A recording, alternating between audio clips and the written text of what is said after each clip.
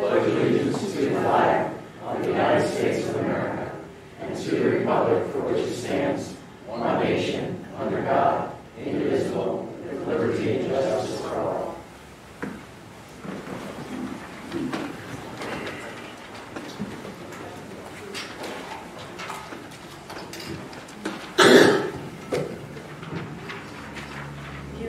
Are visiting the township meeting for the first time and are interested in having a copy of the agenda is at the back wall.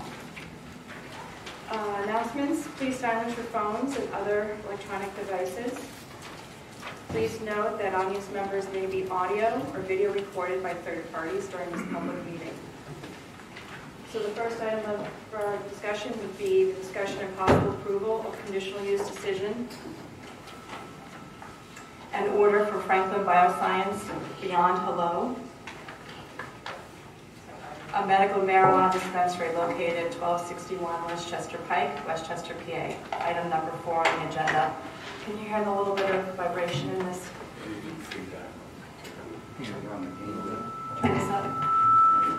Oh, great, thank you.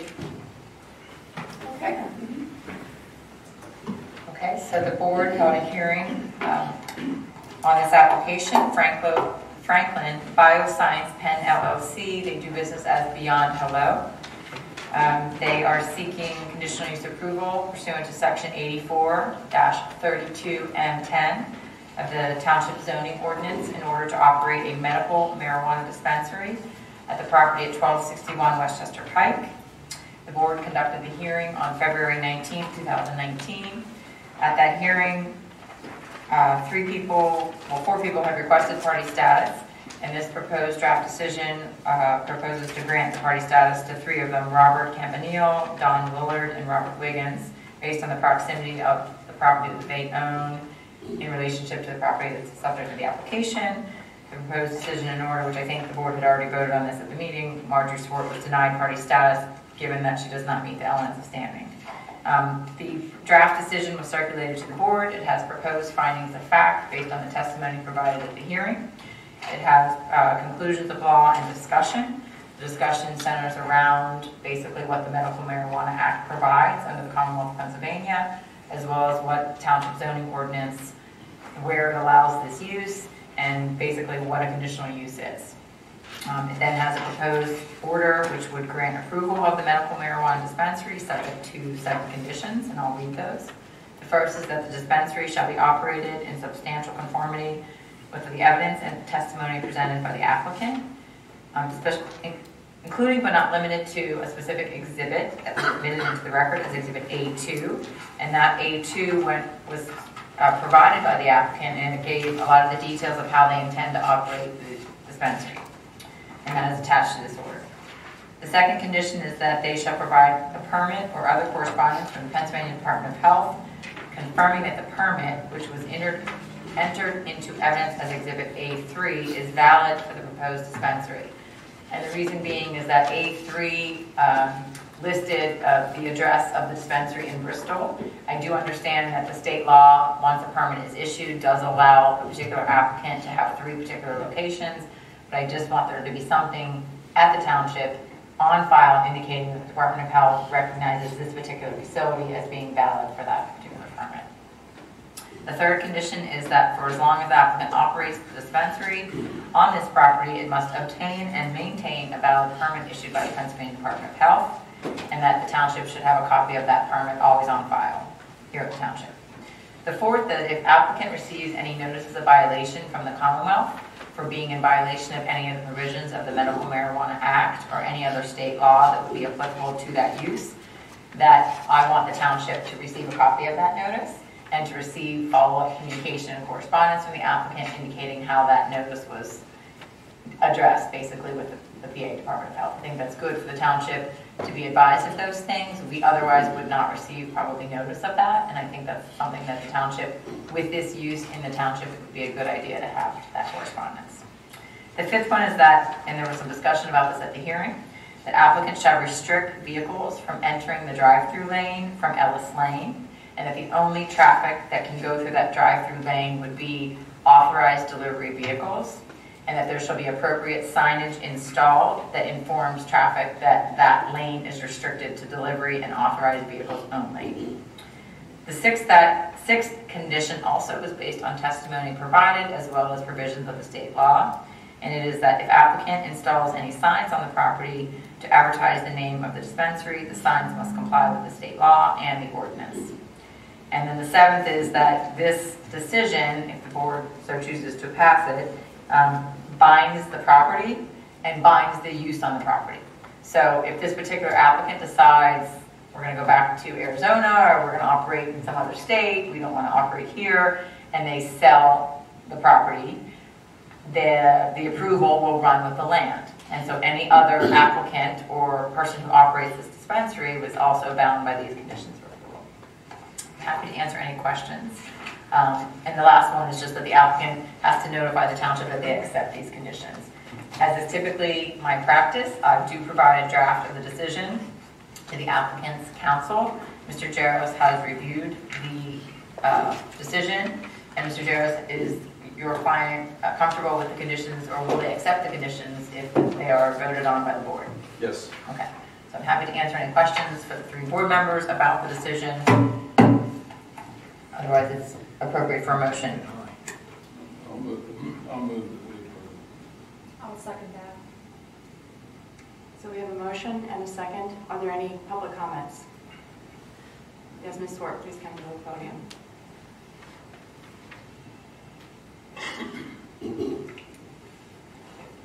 Hi, good evening. I am referring to the draft order as it is currently written. The case law that was cited to support the denial of legal standing of Margie Swart, that's me, that cited case was actually reversed on May 7th, 2018. The Friends of Lackawanna. I don't think it was reversed for the purposes of the holding that, or the reason it's cited, which is the legal elements of to have standing. So it's not relevant to the fact of whether or not she has standing. Okay. It was a standing case, but okay. Please make that noted. On page 3, number 8, the applicant is proposing more than just extending the roof of the drive-through. A roof is not considered land development, but the extent of renovation needed to secure a safe, secure, and enclosed delivery area constitutes land development. And I'm not sure how that pertains to approving conditional use before land development. Page 6, number 27, B4, in my opinion, the final approved order should include official minutes of the Planning Commission, not draft minutes of the Planning Commission. The hearing was already closed, so we can't supplement by adding board exhibits. Okay. On page 6, the applicant has not provided their plans for the location of a trash receptacle, exterior. Page 5 and 8, the applicant asserts full-time medical staff, including doctors and pharmacists, will be at the site at all times. However, the PA code reads as follows.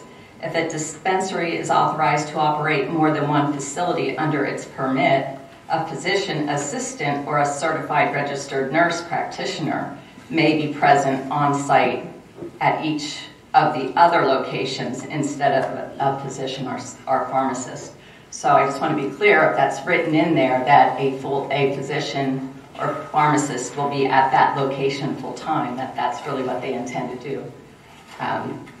If the, is the applicant proposing to commit to that full-time physician on site?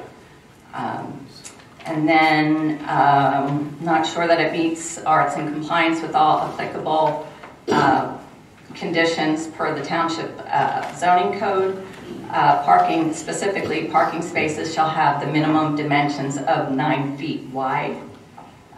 Do the parking spaces meet with a reasonable degree of engineering certainty the dimension requirements? I was out to the site and did measure the parking spaces, and they don't. There are a number of them that are less than 9 feet in width. And then this Submitted plans do not depict where a screened and enclosed trash receptacle will be placed. It's quite possible one parking space will be eliminated, resulting in failure to meet the minimum parking space requirements of the zoning code. And finally, a defective conditional land use permit approval is no decision at all, and the 30-day appeal period never begins.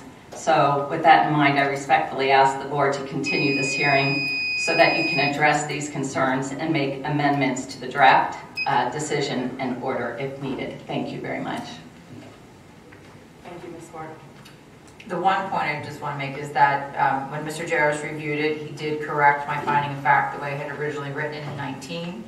And he commented that the testimony, and he cited to the notes of testimony, was that it's not that they will always have a doctor on site, it's they'll either have a doctor or a licensed pharmacist. That's what the Act requires, so it's one or the other, so I revised 19 to reflect that.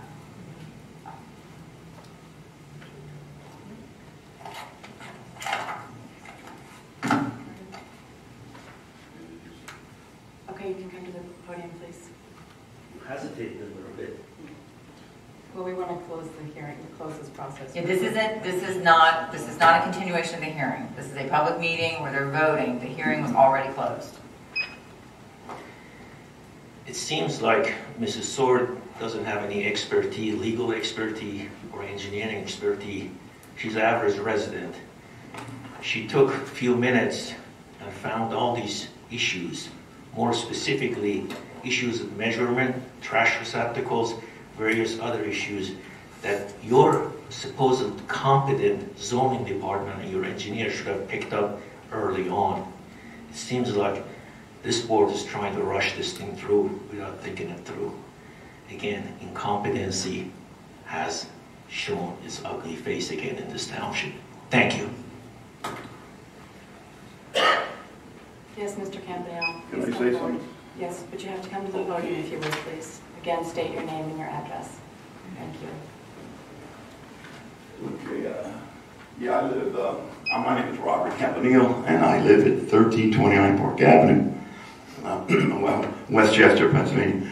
And of course, I live in the neighborhood, and I talk to many people. I have a lot of friends up there, and we have children, all the families I talk to, they're opposed to it. And maybe the location, that's what they're opposed to. And there is a traffic jam up there a lot of times during the day and the afternoons. But of course, you know, I'm opposed to it for other reasons. What if they legalize marijuana one day? Are they going to sell it there?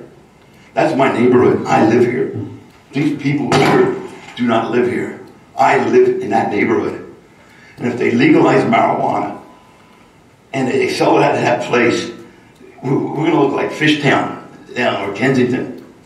This is a beautiful community with families. And of course, we all want the best possible future for our children.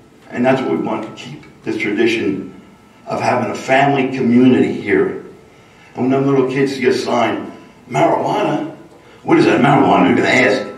We have to explain it to them. We don't need, hide this place somewhere else. I would like it to see moved. Even if you do want it, not in that location. That's where our family's at. So I hope you decide to just do away with this location, put it somewhere else. Because I'll be talking to a lot of people. West Goshen, I have a lot of friends in West Goshen, East Goshen. We're opposed to it. Thank you, Mr. Campanale. All right, so we have a motion and a second. All in favor? Aye.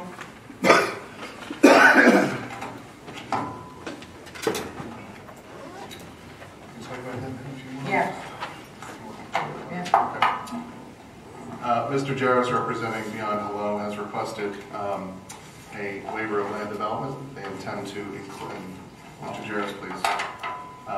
They intend to enclose the drive-through, which is de minimis. Mr. Craig and Mr. Whitman talked about it as well. A de minimis land development, which the board has, in previous years, has granted as well. So they're seeking that as well. Only the board can do that. And that's for security purposes in order to Correct. bring the product into a secure location. Correct. The drive-through John, facility. can you sorry. speak very briefly? John Jarris on behalf of the applicant. Good evening. As the testimony reflected, the code requires that the former drive-through facility of the bank would be converted to a secure delivery function, if you will. And in order to do that, the roof has to be extended 4 feet, and then the whole thing will be enclosed. There is no additional impervious cover, and it is only that enclosure of that drive-through facility and the extension of the roof by 4 feet that would be involved.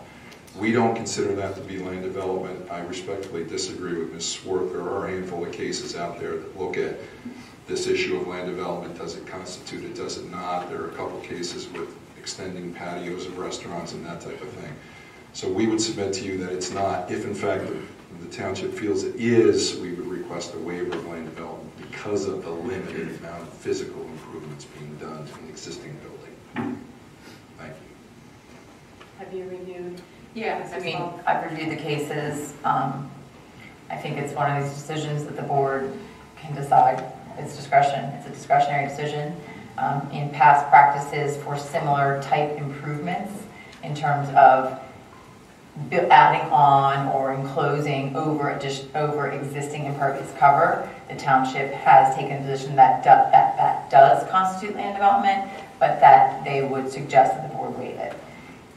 The reason why a waiver has been in the past determined to be appropriate is you look at all of the things that go into filing a land development plan, and it's a very robust application process. There's a lot of reviews that in this case really don't apply.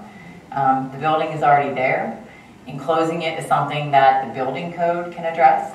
It's not something that's going to require stormwater management because it's covering existing impervious cover. So I have had a conversation with both Rick and Bill, and they're both comfortable with the board, similar to past applications, trying to keep a consistent process regardless of what the use is, regardless of who the applicant is. And given that, they would support land development, a waiver of the requirement to go through the land development process for this. All right, I'll make the motion to waive the requirement for land development. Anyone with public comment? Come on up.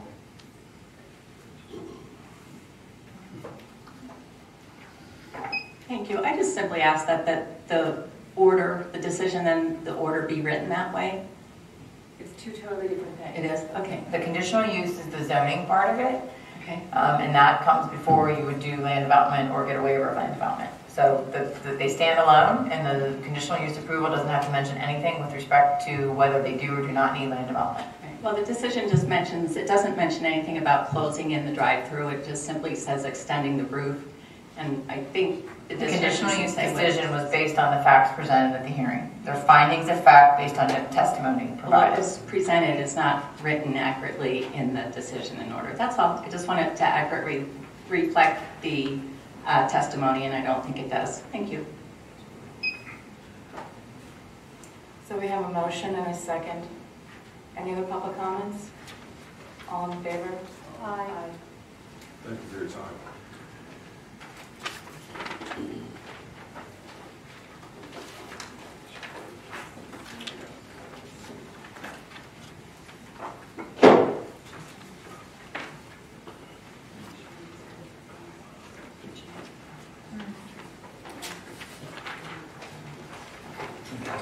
All right, number 5 is the discussion and possible approval of ordinance number 4-2019, an ordinance amending Chapter 53 of the West Goshen Township Code entitled Nuisances to replace and amend the violation enforcement provisions to provide for criminal, unfortunately, it doesn't complete the sentence. Criminal enforcement. Criminal enforcement, thank you. Sure.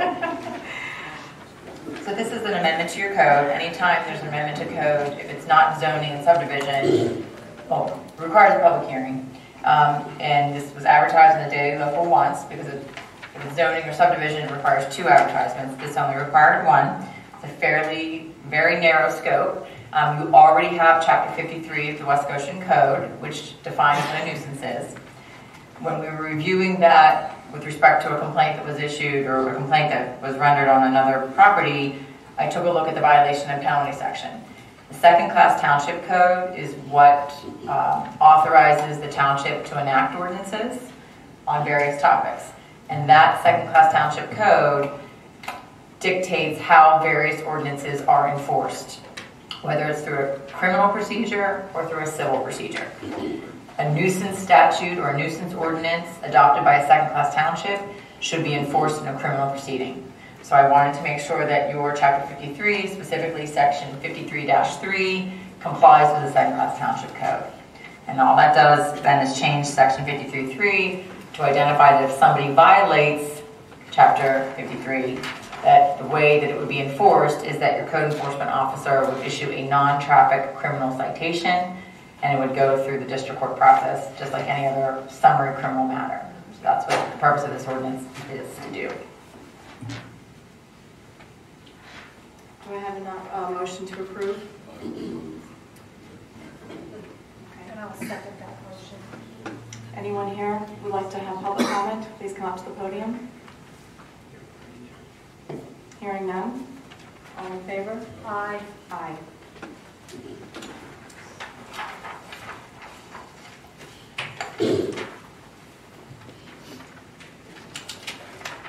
Moving on to item 6, discussion and possible approval of the Balsama and Castaldi Constable Services agreements. Yes, these were previously approved at, I believe, the February meeting for Michael Balsama and Doug Castaldi to provide constable services to the township and the police department as needed to issue summons. That's a thing where we need a constable to do that. We have this, there are 2 agreements in hand, and we're recommending approval tonight. Or actually not approval, signature.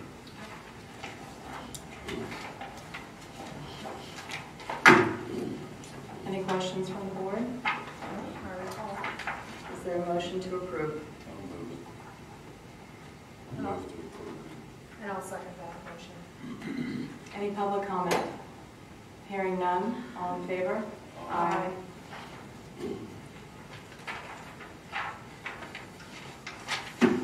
Item number 7, discussion and possible approval of resolution 5-2019, documents destruction for the finance department. Yeah, this is just a normal periodic housekeeping item. This is Finance Department records destruction. Just to go through the list. We have everything from utility billing, payment posting stubs, delinquent paid in full bills, going back to 2011 and 2010 for miscellaneous documents. This is all done by the Pennsylvania Museum Historic Commission. Records retention guidelines. I'll make the motion to approve resolution 5-2019 for document destruction for the finance department. I'll second. Any public comment? Ms. Swart, come on up.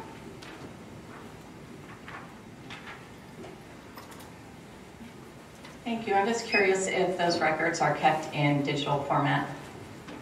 They are not required to be kept in digital format for the Pennsylvania Museum Historic Commission, so we do not scan them. They're just destroyed. In this day and age when it's so simple to digitalize records, I would just request that the township change its policy and save those records.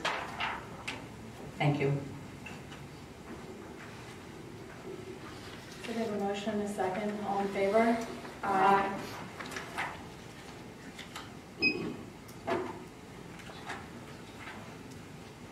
Item number 8, discussion and possible approval of resolution 6-2019, documents destruction for the police department. Yes, similar housekeeping item.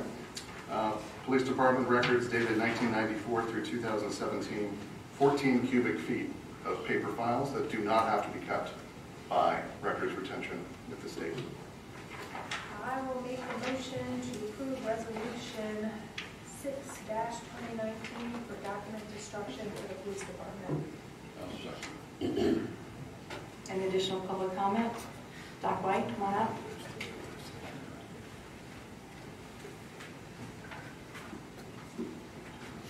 Good evening, Doug White, West Goshen. Does that include the accident reports? Let's see. Motor vehicle records, accident reports for non-fatals, keys locked, parking tickets paid, citations paid, officers' dailies, alarm information, solicitors' permits, victim arrest files that are closed, towing records, temporary detention records, dispatchers' logs, speed equipment calibration certificates, and missing person files closed found, going back to 1994. Okay, so that's not non-fatals. Non-fatal. Non-fatals, Okay, correct. For 2013. Correct. Yes, Mr. Robari.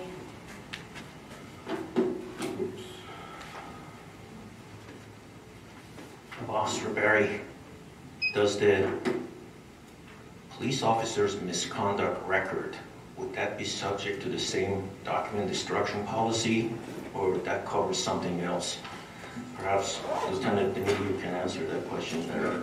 No, those are personnel records that have nothing to do with museum historic records. They're a matter of public record. Personnel records or not? Disciplinary I'm action. not going to argue with them.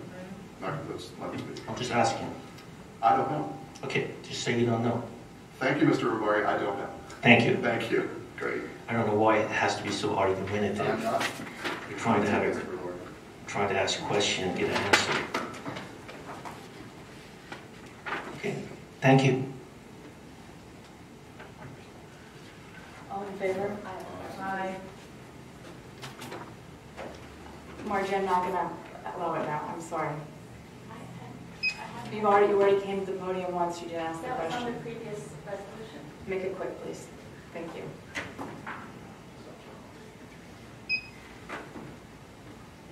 I'm just curious, if they go all the way back to 1994, so we've saved them for that long, how is it that just 2 years back, I mean, that's only, so we're just saving from the beginning of 2018? We are following the Pennsylvania Museum Historic Commission guidelines on records destruction.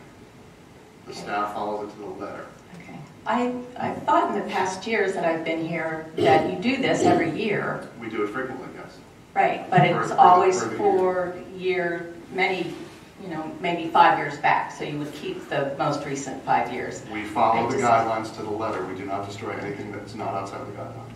Okay. And each item has its own schedule per the Historic Commission guidelines. So the ones for 1994 to 1999 cover missing person files. Correct. Those are the only ones that go back to 1999. Okay, that wasn't made clear. And then also, again, I just asked the board maybe to look at that policy and digitize these records. I just think this is absurd in this day and age that you're not digitizing these records. Thank you. So I believe we've already approved. Yeah. Okay, item number 9, discussion and possible approval of resolution 8.2819, establishing various traffic control devices. Sorry, missed it, yeah. Thank you, sir. Designing, resolution 7 dash, that's what I'm saying. I'm saying it now. Yeah. Resolution 7-2019, designating April as Pennsylvania 8/11 Safe Digging Month. This is a request every year, well, for the last couple of years, Dave, I think, from the Commonwealth of Pennsylvania, just for the board to designate April as the Pennsylvania 811 Safe Digging Month, encouraging homeowners, contractors, and municipalities to do one calls before you dig. Everybody has heard of horrible accidents happening when excavators go out and without a one call don't know where the utilities are and dig up a gas line, water line.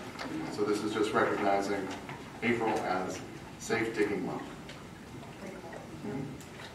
I make a motion to approve resolution 7-2019, designating April as Pennsylvania's 811 Safe Digging Month. Second. Any public comment? Doug? Yes or no? Okay.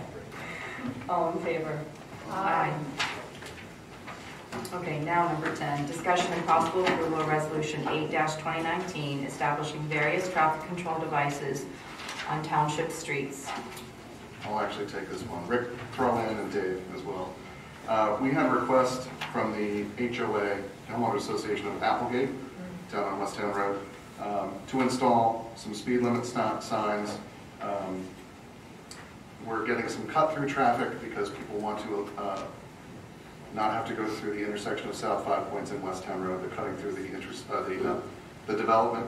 So we would like to get board approval to install speed limit signs of 25 miles an hour so the police can enforce the speed limit and write some tickets in there if we have speeders.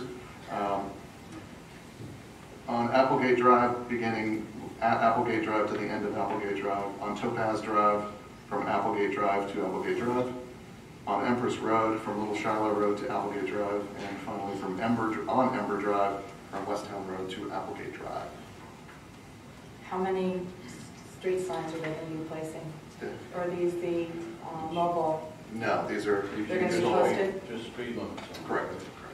And there's going to be 25 in all those areas? Yes. 10 to 12, 25. Right. So 10 to 12 signs total. Okay, thank you. I'll move to adopt resolution 2019, reference the traffic regulation signs. I'll second that motion. Public comment?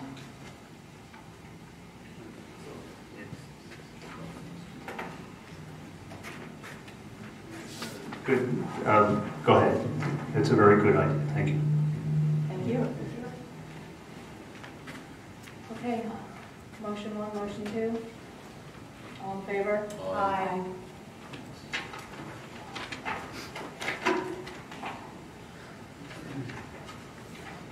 Discussion and possible approval of Finance Department policy, utility billing cash receipts policy. Periodically, the Finance Department updates their various policies. This is the utility billing cash receipts policy. The very simple change is on the second last page under, on the second page, service charges. This has to reflect the new sewer fee, quarterly sewer fee. So the third paragraph down states each residential property may be subjected to the current fees of $105 for sewer and/or $85 for waste and recycling collections. It strictly mirrors our current fee. That was adopted by the board. Yes, sir. I have a question. Does the state have a usury law that applies to this? As far as the amount of interest and penalties you can apply?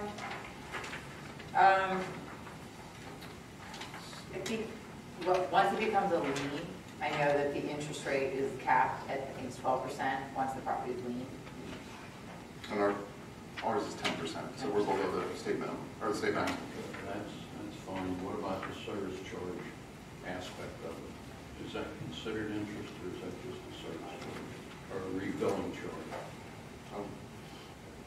You're allowed to establish a penalty, and it's a one-time penalty for being late. And then interest accrues daily on the unpaid balance plus the penalty. But yeah, we have looked into that, and that is permitted to have established a penalty. Okay. As long as it's not ridiculously high. Right. Thank you. Thank you. I will make a motion that we adopt the policy of the finance as noted here. I'll second that motion. Come on up, Margie.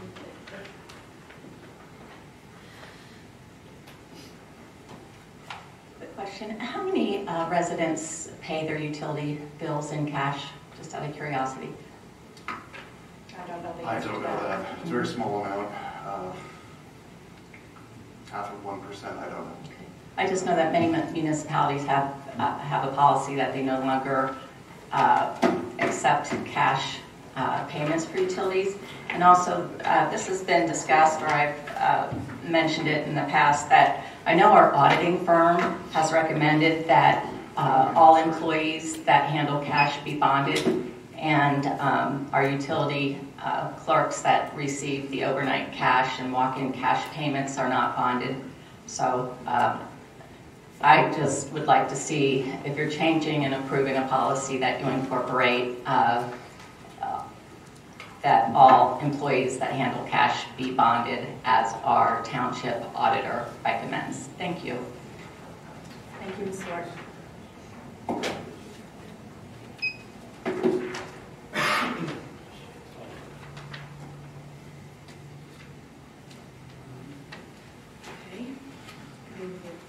Yeah, we still need a vote. Oh, okay, sorry, yeah, we have a motion and a second. All in favor? Aye.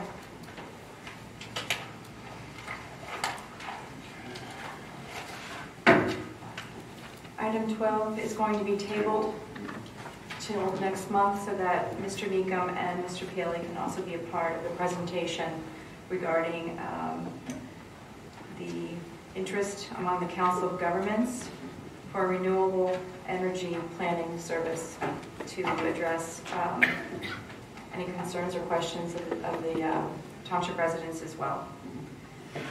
Moving on to number 13, discussion and possible approval of revised escrow agreement between West Goshen Township and RLD Greystone LLC for construction inspections for the Woodlands at Greystone project. So I'll handle this one. In December of 2016, the board approved the final land development plans for the Woodlands at Greystone.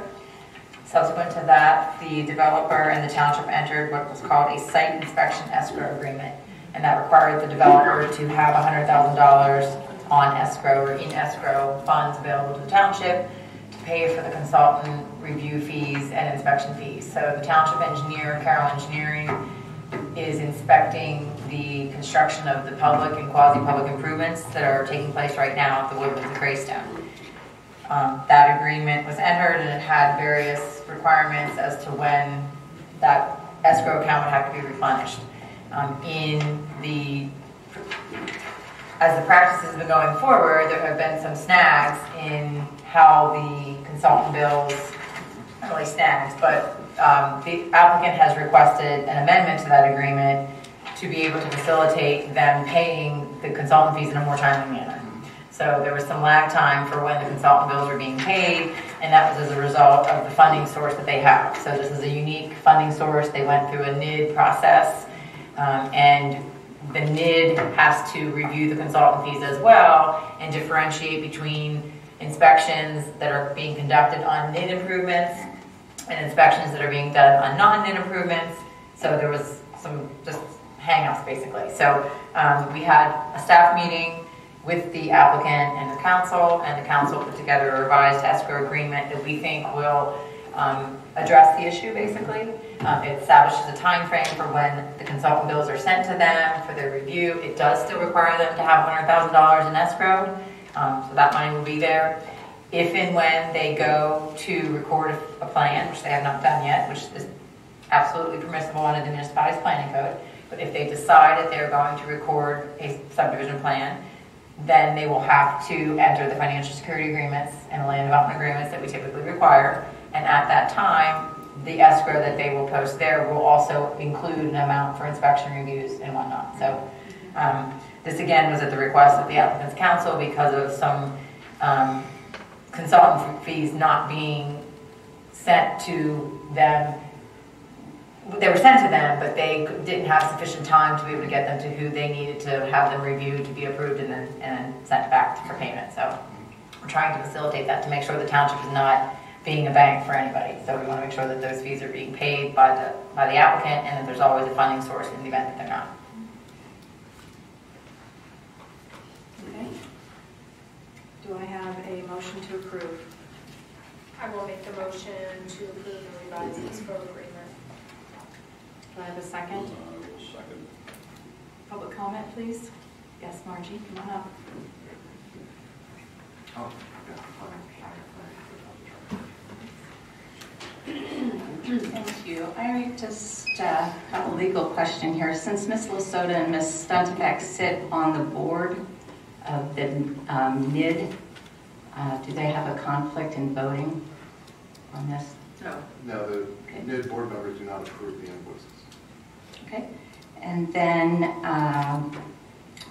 just want to make note that originally when the applicant came before the township and in the public offering statement for the bonds, the developer said the first phase would include build out of 302 homes, but according to the presentation at the planning commission last week, the first phase is now down to 182 homes. Just curious, I don't know if that's of interest to the township or not, but that seems to be a concern of mine anyway. And then the NID law requires the improvement district submit their financial statements for the previous year, 120 days after the beginning of the new year. So I just wanted to make sure come April 30th that the Neighborhood Improvement District does in fact submit those required financial documents to the township. Thank you. Thank you. Any other comments? All in favor? Aye. Okay, turning to number 14, reports for the month of February 2019. Please report by Lieutenant Justin Dominio. Thank you, Madam Chair.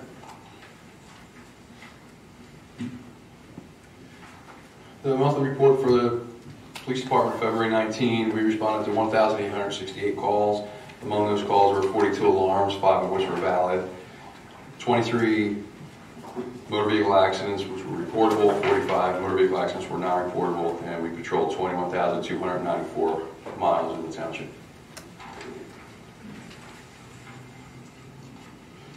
We continue our selective enforcement throughout the township in the month of February. Amongst many locations that were enforced were Sunset Hollow Road, Ashbrook Drive, South Concord Road, Halverson Drive, Phoenixville Pike, North Hills Drive, Hood Road, Montgomery Avenue, and South U Street. We continue with our career development program, sending officers to the following trainings in schools: an emergency response team, motor carrier safety assistance program, that was a recertification for our motor carrier officers, negotiators conference, crisis incident stress management, basic narcotics investigations, dim the range, it's a shooting range, street survival, and faith-based preparedness.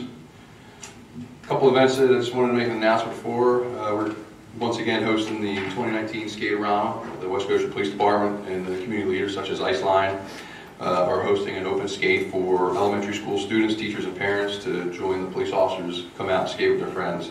From 11:30 to 2:30, there's no cost associated with this. And the event includes the free ice time, a snack, a drink, a pair of rental skates for the participating students. March 31st, 2019. And again, that's 11:30 to 2:30. We're continuing to collaborate with the Domestic Violence Center of Chester County by housing a donation box in the lobby of the police department. The donation box is for donations anywhere from first aid kits, kids snack packs, toiletries, cheer-up packages for kids, and miscellaneous household items such as slippers, sheets, pillowcases, coats, clothes, and such and so forth. That box is in the lobby of the police department right there at the window of the dispatcher, and there's also a small box on the counter for cash donations, which we remove every day. That is my report. Thank you. Mrs. Stunbeck, I have a question. We don't typically have questions at this time for his reports. Hi. Ms. Andrea Testa, please. Our Marshal report. Good evening. For the month of February, there were a total of 20 inspections.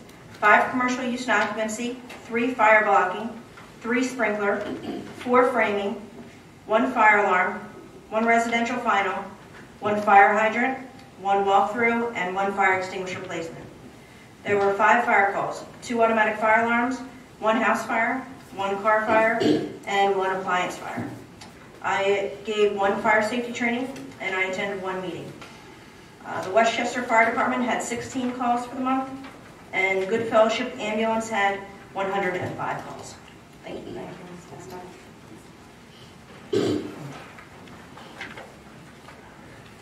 Mr. Beswick, come on up. For the month of February, there was 100 permits, 7 single-family dwellings, 11 building, 18 electrical, 11 fire protection, 22 HVAC, 12 plumbing, 4 roofing, 3 zoning, 5 use and occupancies, 3 E&S, 1 sewer tapping, 1 open space, and 2 road occupancies.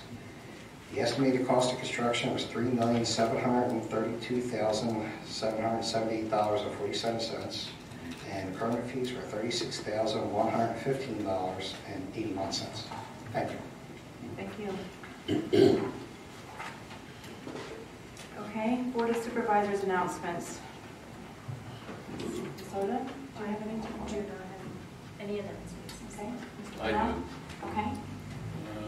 First of all, I have, as the liaison to the,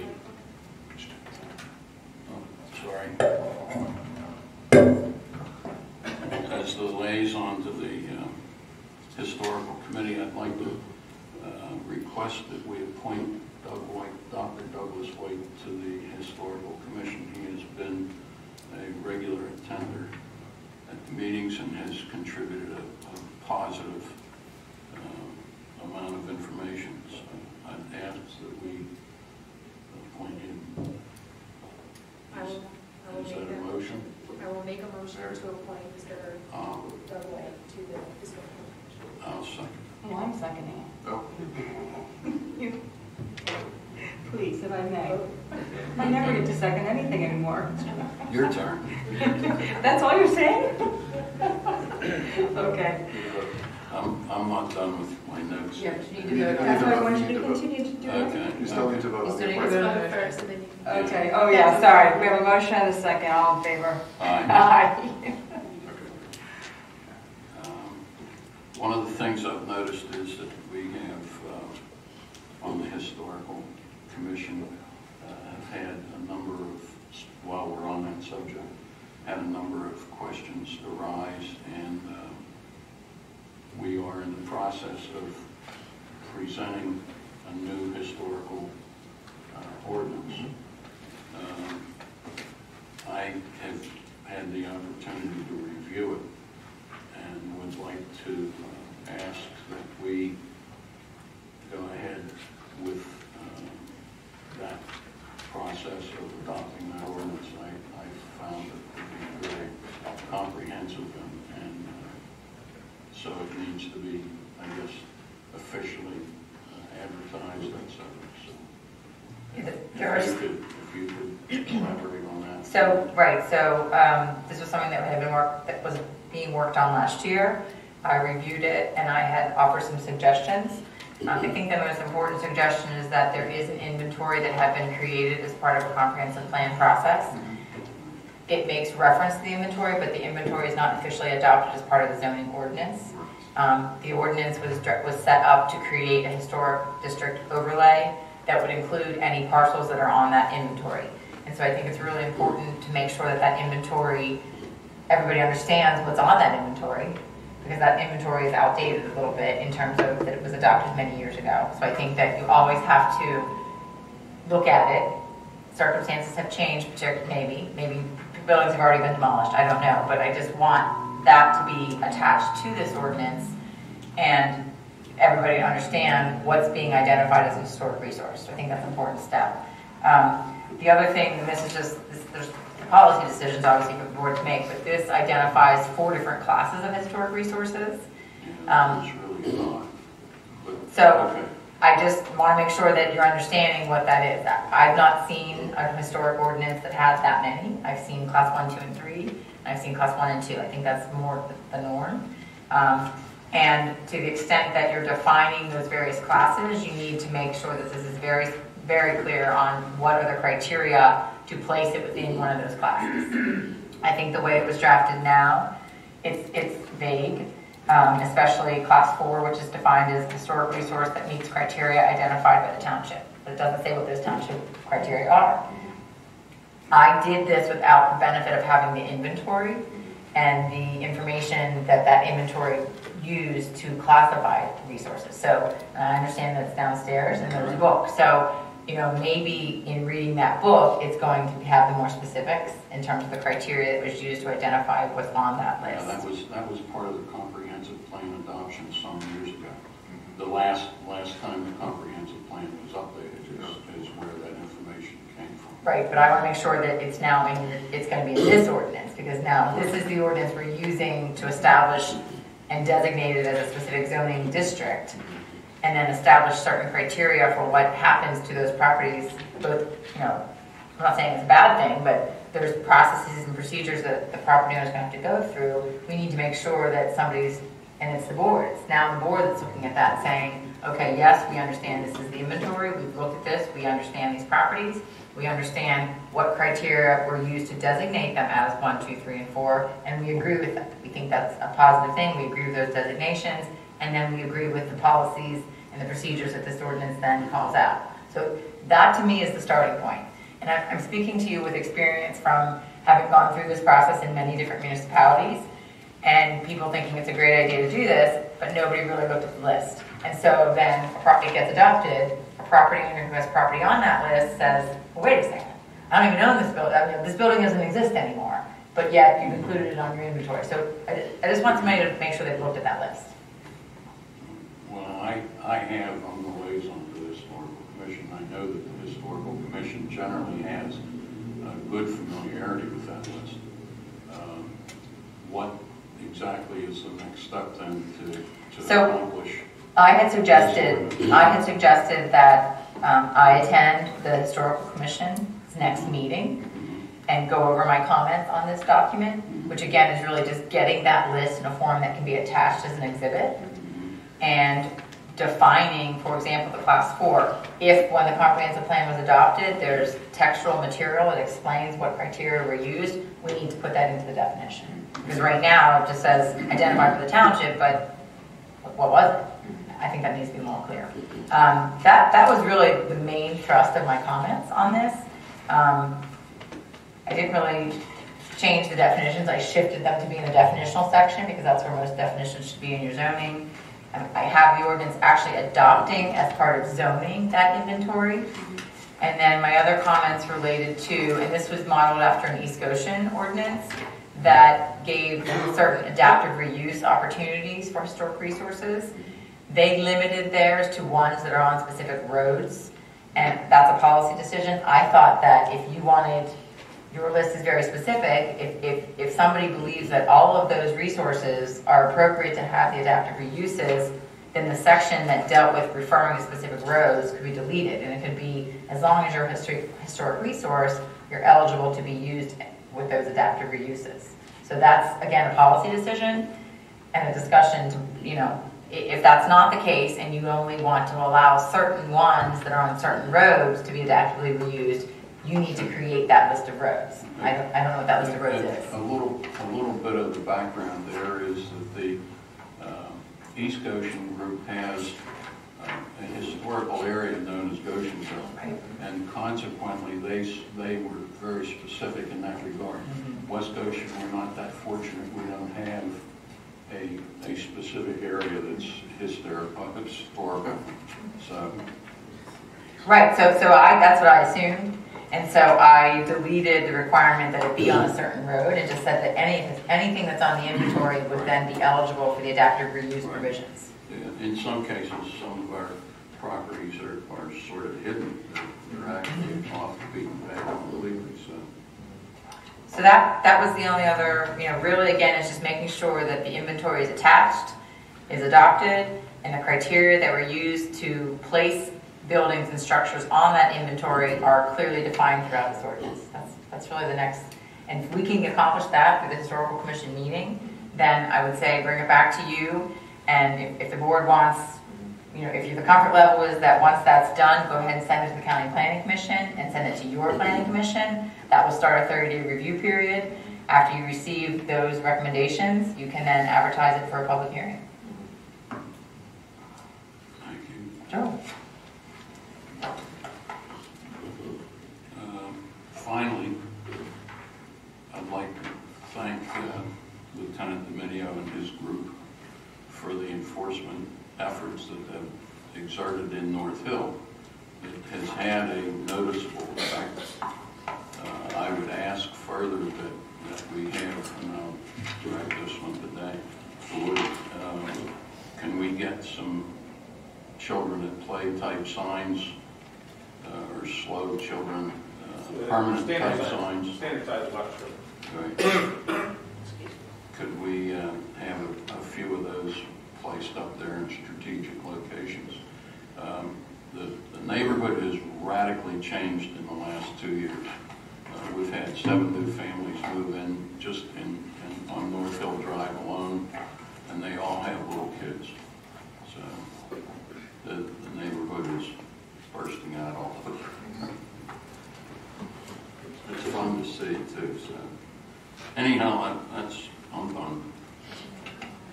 The pension. Yeah. Ooh, sorry. Thank you. I'm also the liaison to the pension committee.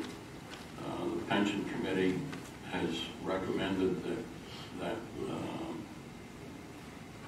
the balance of the fund between managed and index be slightly shifted towards the managed funds because we use primarily Vanguard. We also have a carryover of an insurance company, but most of our funds are in the Vanguard group, and they have both managed and index funds. The committee would like to, the pension committee would like to suggest that we should shift a little towards some more managed funds because the returns there were better, and further that they suggested, and I concur with this definitely, that the funds invested between the United States and those of foreign areas, that we shift a little bit more towards, and this would be less than 5%, or approximately a 5% shift, to foreign funds, primarily because the possibility for expansion or an increase in those areas is greater. We right now are really running full bore in the United States economy, and we don't have nearly that height of accomplishments in the foreign areas. So we maybe should bless our pension committee recommendations. Would something like that suggest a motion? If there's a motion to be made in that regard, I'd suggest, I'll make the motion that in fact we support our pension committee's recommendation. May I interrupt? Can we table this for next month, because I cannot, based on my current position and my current job, I cannot vote on such an item. Okay. I'll do that. I'll withdraw it.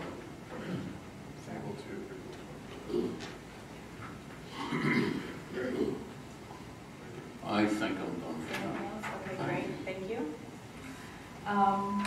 Casey, you may have decided you were going to make these announcements, but I'm very interested in 2 of the events that are coming up, hosted by the township, one on March 30th, between 9 a.m. and 12 p.m. If you have a bunch of electronic waste that has been piling up in your kids' rooms, your basements, your garages, your attics, or you have confidential papers that you would like to have shred for free, you can bring them to the township on the 30th. I believe they just drive through the back of the lot, as they typically do. And that's a nice opportunity to very inexpensively save things from landfills, as well as get rid of your confidential information. Another thing that I wanted to point out is that on April 6th, there is a West Goshen Community Yard Sale that's also posted here, Date? April 6th. And if you want to continue to purge items in your household that you no longer need, it's only $10 to get a spot. You have to bring your own table. I think you get a parking space. Is that how you set up? That's what I thought I understood. We have it here and also. Oh, in different locations. You can set them out. You have to have neighborhoods. So keep that in mind. And then I just wanted to follow up. I think at the last meeting I mentioned the fact that the Sewer Authority Board and the supervisors are going to start working together on planning so that we can be projecting potential costs down the road. Unfortunately, due to scheduling issues, we probably won't have a chance to start meeting until the end of April or early May, but I'll keep you posted on that. On April 13th, this is the one date I'm not 100% certain, I believe, isn't that the Goose Creek cleanup day? That's Goose Creek cleanup, 9 to 11:30 behind McDonald's on Day Street. Meet behind McDonald's, yeah. And then the last thing I wanted to state was that at the February meeting last month,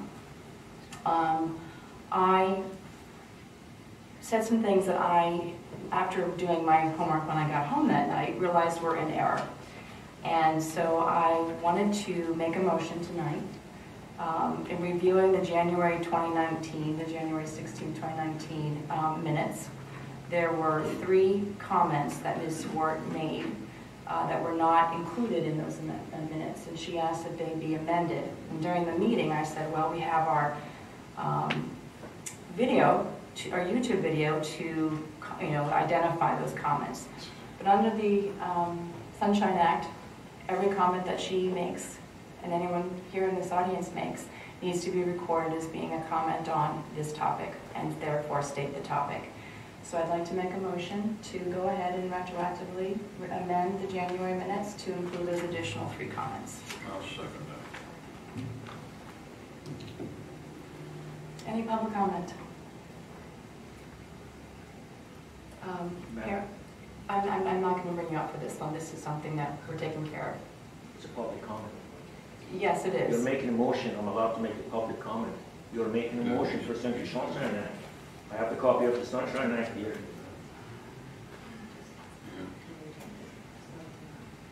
Okay, come on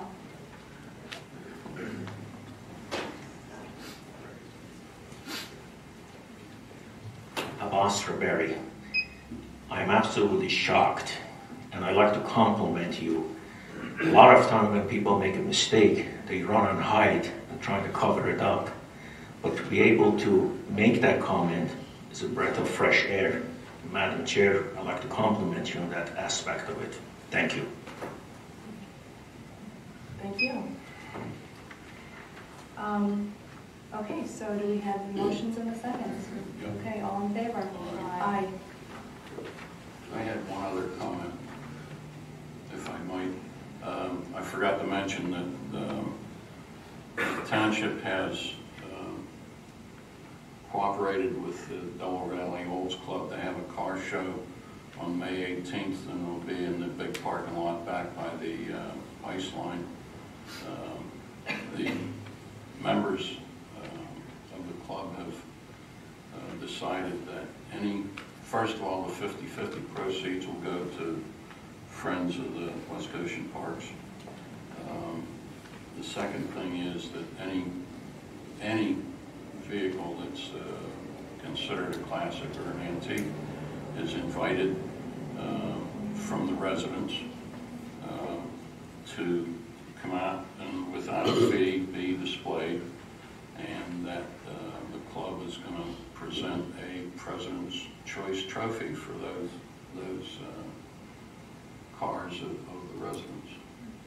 So, Hopefully you won't get rained out this week. yeah. What's the time on that? Times on that? The time is for checking in is 9 to noon. The awards will be done and the judging should be finished by 3 o'clock. And everybody everybody's invited to come see them. We had some 80 cars last time it didn't get rained out, so it's a nice collection.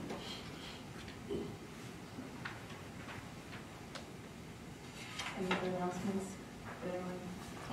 Say what they have to say? Okay. So let's move on to the township manager's announcements. Going to turn it over to Ms. Camp. We already discussed the historical resources ordinance. We have the, Yeah, there's a second ordinance. Mr. Khan presented at the last meeting. Mr. Webb, as his zoning report indicated, that there had been a zoning application filed seeking variance relief for the property at 704 East Market Street.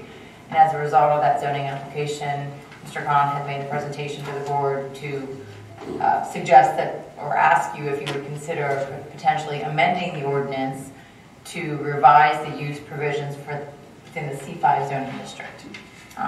The board said, sure, we would consider that, and he hired legal counsel, and legal counsel presented a zoning amendment. I had articulated that I thought that the commercial districts, there are 5 commercial districts, actually there's 6 with the CR, which is a very limited area of land, that some of those, actually all of them, have somewhat outdated descriptions of uses. So I said this would be an opportunity to not only address the C5 district, but also to look at the use provisions in the C1 through C4 and use terminology that, number one, is modern, which reflects uses that we actually have, and then secondly, to use defined terms. So zoning ordinances get amended all the time. Sometimes they get amended with very limited scope, and they don't look at the whole overall ordinance to make sure that the terms that are being used are consistently used. So in any event, Mr. Khan had presented an amendment. His amendment was fairly limited in scope. It was to amend the use regulations in the C5 district, which are found in section 84-32, to add 2 new uses, which is an athletic club and a public place of amusement or recreation. The second proposal that Mr. Khan presented was an alternative to the off-street parking regulations, which are in section 8455 of your code. And that would allow right now, if you have a use, your off-street parking has to be on the same lot as your use. And Mr. Khan has proposed that you would allow parking, still have to have off-street parking. You're not changing the number of off-street parking spaces, but what the proposed amendment would do would be allow it to be on another lot within 300 feet of the building entrance, basically. I had asked Mr. Khan's counsel, Mr. Calagreco, to provide me examples of other municipalities. I'm aware of some, but I was curious if they had done a more broader research project to identify other municipalities where this is within their zoning. And they provided me 5 or 6 different examples of local municipalities where parking is not restricted to just on the lot where the use is proposed. I'm just saying that it's still your policy, and it's absolutely your discretion on how you want to handle that. But I thought it was important to understand: are we being, are we doing something unique here, or is this something that has been done in other municipalities? And potentially, you could speak to their zoning officers to see if it's presented any problems. The way the section was drafted by Mr. Calagreco is that if the parking was going to be on another lot, you would have to have a legal agreement in place with that lot owner. That agreement would have to be recorded. It would serve as a covenant that runs with the land. And your use and occupancy certificate for the use that you're approving with the parking off lot would be conditioned upon that agreement continuing to be in force and effect. So that was the second proposed amendment that Mr. Khan presented. The changes that I made to the ordinance that he presented was to add the C1, C2, C3, and C4, the use provisions in those 4 districts. And again, I made fairly limited changes.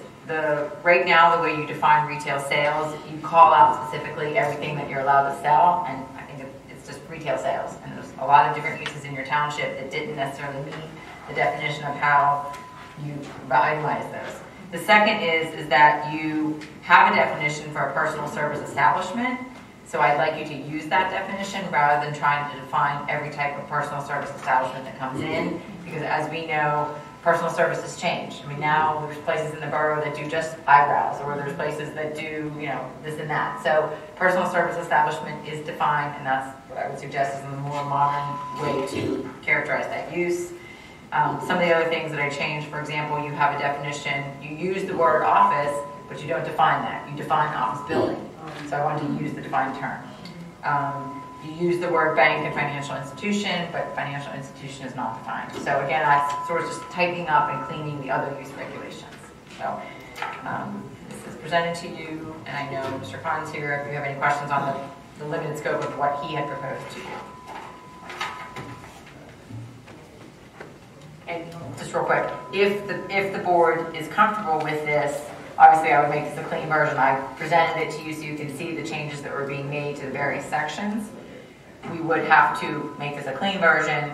We would submit it to your planning commission for review and recommendation, and we would also send it to the county planning commission. They do a review, and you have to have 30 days before you would then schedule your public hearing on it. I know Bill and Rick have looked at it. They may have comments they want to provide as well. Yes, please. I have no objection to the uses. However, I have complete objection with the shared parking aspect. In the past, what we have done, we have upheld our shared parking regulations. We have just sent the folks to the zoning hearing board and not opposed it. This way there was some type of control. Because I can tell you there's a small piece I'm thinking there's a small piece of ground on West Town Road right now that has a very small office building on it. If they come in here with a proposed use that requires a huge amount of parking, all they're going to do is go next door to Scott Honda or the Kia dealership where they use to store vehicles and do a shared parking agreement if we make such a change to the ordinance. I think that from a zoning perspective, we have made people go to the zoning hearing board in the past, and I think we should keep that precedent just to keep it clean from a zoning perspective, so that we're not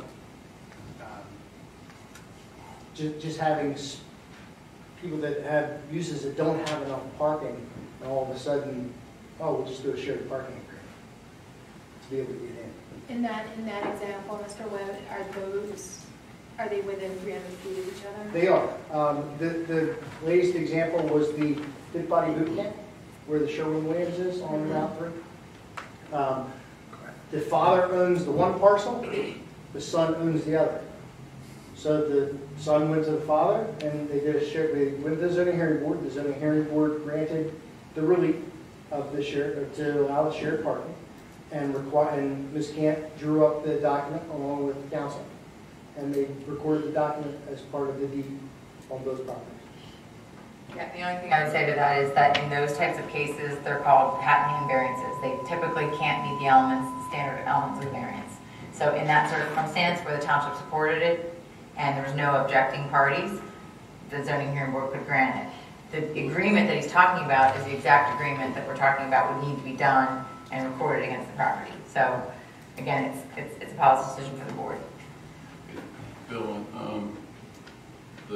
the shared agreement, does it need to be recorded as a deed restriction, or can it be done through a lease situation? No, it's recorded as a miscellaneous document to the deed. So that, for instance, if Mr. Khan were to sell one property that is using parking on another, that property owner is aware. Now, a lot of people don't read their deed, but as long as it's there, it runs with the land. The uses that are proposed in this facility on Market Street are very intensive parking requirement uses. They have 5 spaces, and 2 of the spaces are going to take 48 parking spaces. There's 52 spaces allotted on that site. So that leaves 4 spaces for the other 3 tenants that's going to have to use parking at the other facilities. The other thing that has come into play in the past with the zoning hearing board and these shared agreements were, say, business hours. The Fit Body Boot Camp generally is open before they're doing classes in the morning before the business is open, and they're doing classes at night when the businesses are closed. So it didn't become a problem. And I see Mr. Freeze in attendance this evening. I'll take a moment to bring this up. I received a letter from his attorney with a similar request. for shared parking, for uses on his property. And it would be the same situation for us to discuss. We have supported variances in the past where time was not an issue, where everybody wasn't at the building at the same time. For instance, Levante and the market and Timothy's. These uses are generally open at night when all the other businesses are closed, so there's not a parking issue. So that's one thing to take into consideration when we do this. If not to say it's going to happen, but I go to LA Fitness and that place at 5 o'clock in the morning, that parking lot's packed. So what's to say that 5 o'clock in the afternoon, the parking lot over here isn't packed? That's just my opinion. I don't want to speak out of turn, but I spoke to Derek and Rick, and I think we're all on the same page there. I would echo Mr. Webb's concerns. In addition to that, parking throughout the township is an issue right now. We have parking shortages just about everywhere you look. I think this would open the door to further problems. I think it would be very difficult to enforce. So I think we should be careful how we approach this.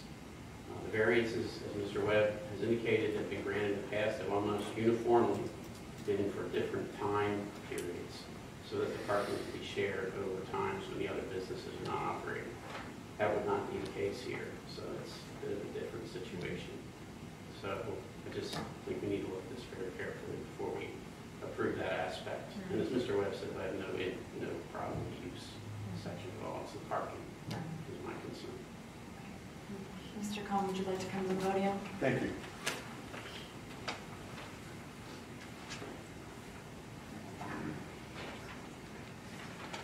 Thank you very much. Eli Kahn, applicant. So a couple things. First of all,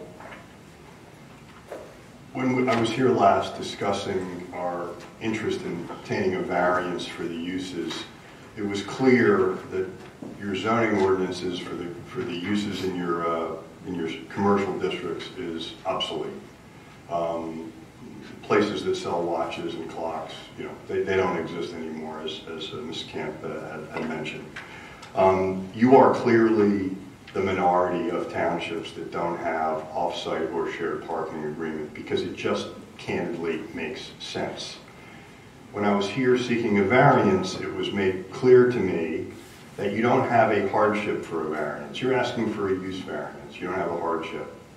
Again, as Mrs. Camp just said, well, what hardship do I have to go to the zoning hearing board, even though I understand Mr. Webb said the zoning hearing board continues to grant these parking variances for now. As it relates to my property, there's 2 buildings that have been owned by by one individual, either myself or the Tramus family, for the last 50 years. Mr. Webb talks about there's 50 parking spaces on the one lot. True. Those 2 properties have shared driveways, access points, and parking for 50 years. I have now acquired the old Westchester Motors property at the corner of Bolmar, the very corner of your township at Market and Bolmar Street, used car lot, and I look to redevelop that as well. Why wouldn't the township want to take advantage of impervious surface parking that's next door and can be shared with one another to the benefit of less impervious coverage overall in the township? It makes so much sense, which is why many municipalities have adopted this. Shared parking can be cumbersome. So in our ordinance, we avoided the technical term of shared parking and are really focusing on off-site parking. And Ms. Camp may give you the actual definition of shared parking and off-site parking. We're just looking to share or to allow parking on neighboring properties with proper agreement. It's easy to monitor and it's easy to implement. Just as easy to monitor as if we had to get a variance and the township staff has to monitor the terms of that variance. Each zoning use still must be parked at the parking ratio required by the ordinance. Impervious coverages of the parcel where the off-site parking is being provided must still meet code requirements. We weren't aware of any municipalities having problems with off-street parking in any municipalities that allow it. Our site is operated perfectly. I'm going to give you another 2 minutes. Oh, thank you. Our off-site property has operated perfectly well, utilizing this off-site parking for many decades. We understand the zoning hearing board has given relief from variances before, but we don't know why the township wouldn't legitimize this rather than require the unneeded expenditure of funds by both the township and the applicant to go through the hearing. If the Board of Supervisors is in agreement with this concept, why force the zoning hearing board to address the issue through the variance process over and over again? Any off-site parking agreement would still need to be approved at a public meeting.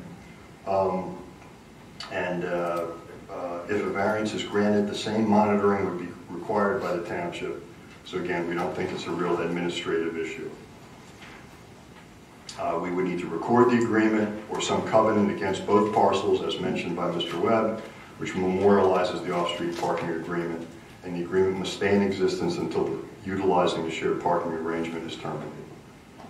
The actual utilization of the arrangement will probably be infrequent for the simple reason that it limits the use of the property on which the off-site parking is located. Accordingly, it would probably be most used where the same property owner owns adjacent parcels, which is our proposed concept. Thank you. So I do have a question for Ms. Camp. Under this new section 7, the approval process is shifting from the zoning board to the board of supervisors, is that correct? Section 7, paragraph 5? Yeah, I mean, there was never an approval from the zoning hearing board unless the applicant filed a variance application. So now it's the board of supervisors that if they present an off-lot parking arrangement, you would then be the approving authority. So, and the declaration would have to be recorded, as Mr. Khan said, would come to you to approve the term. correct. So there's no longer going to be a review by the zoning board or through their approval process.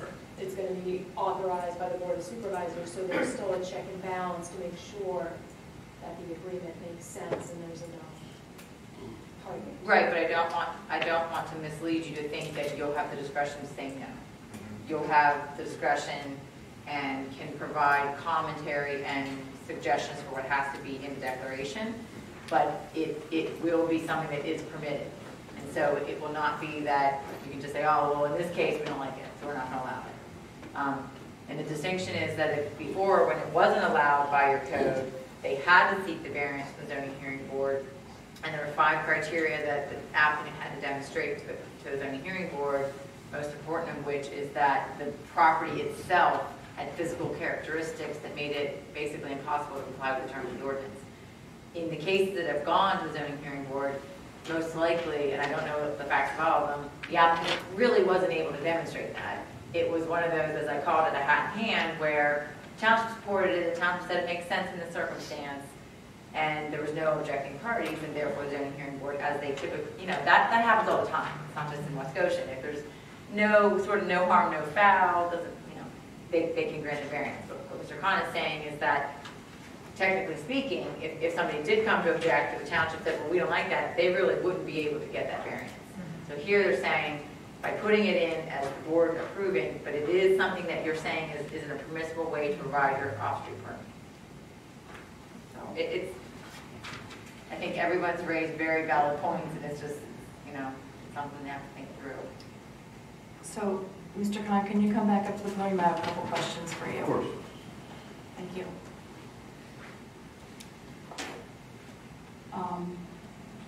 I'm really a visual learner.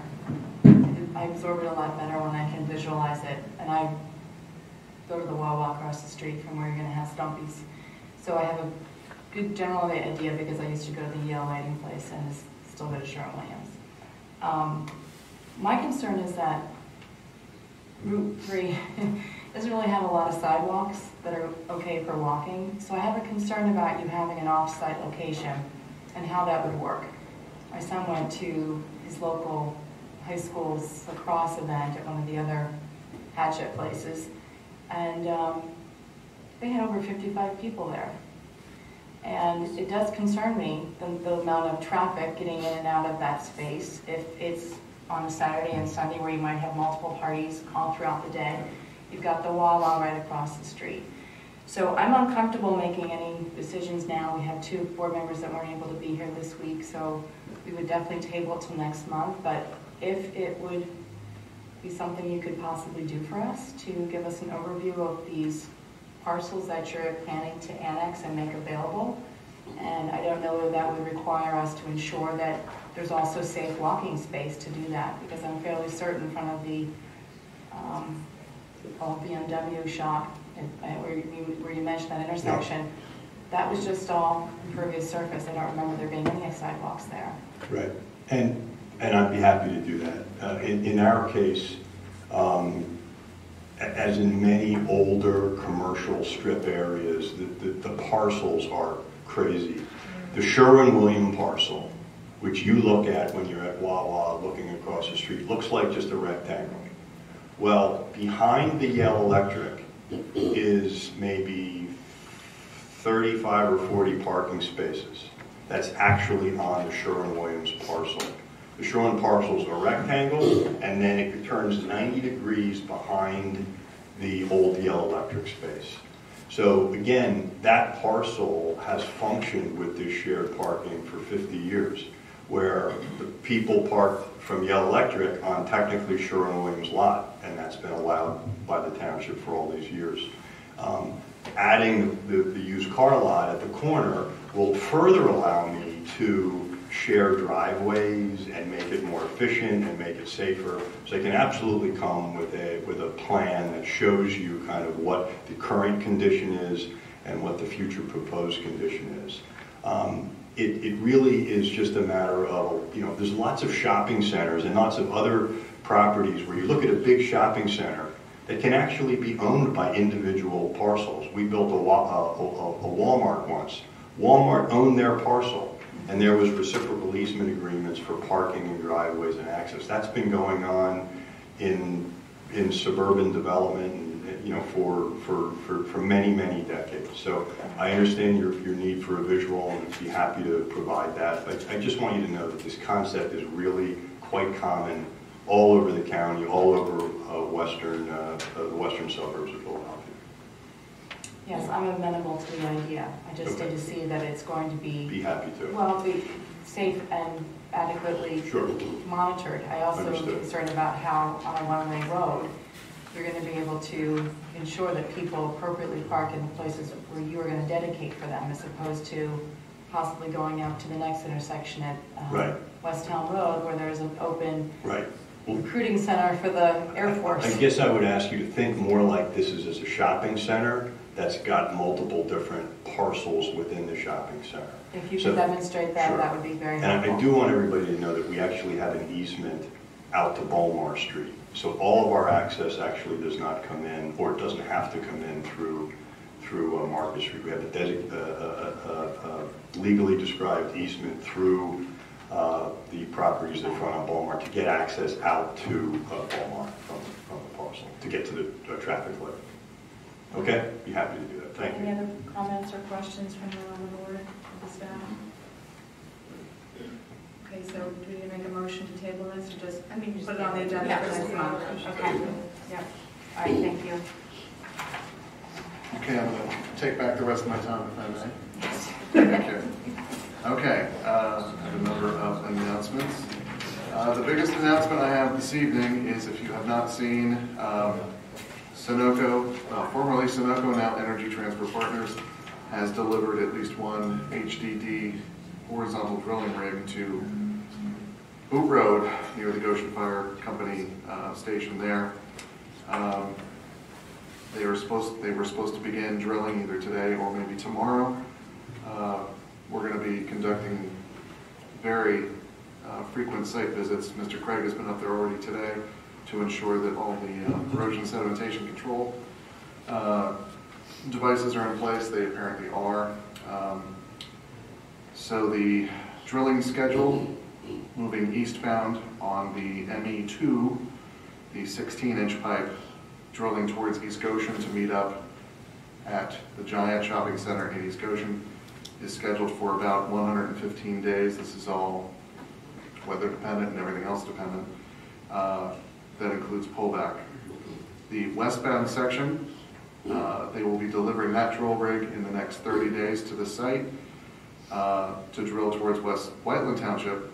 That they think is going to take about 140 days to complete the drilling and then pull back. They will be pulling the pipes back towards West Goshen at the Boot Road site.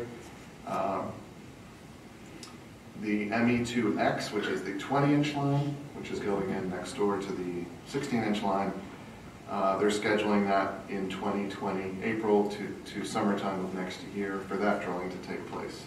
So that site's going to be busy for probably at least a year and a half, maybe 2 years. We will be out there almost every day. The Chester County Conservation District will be out there as well doing their site inspections.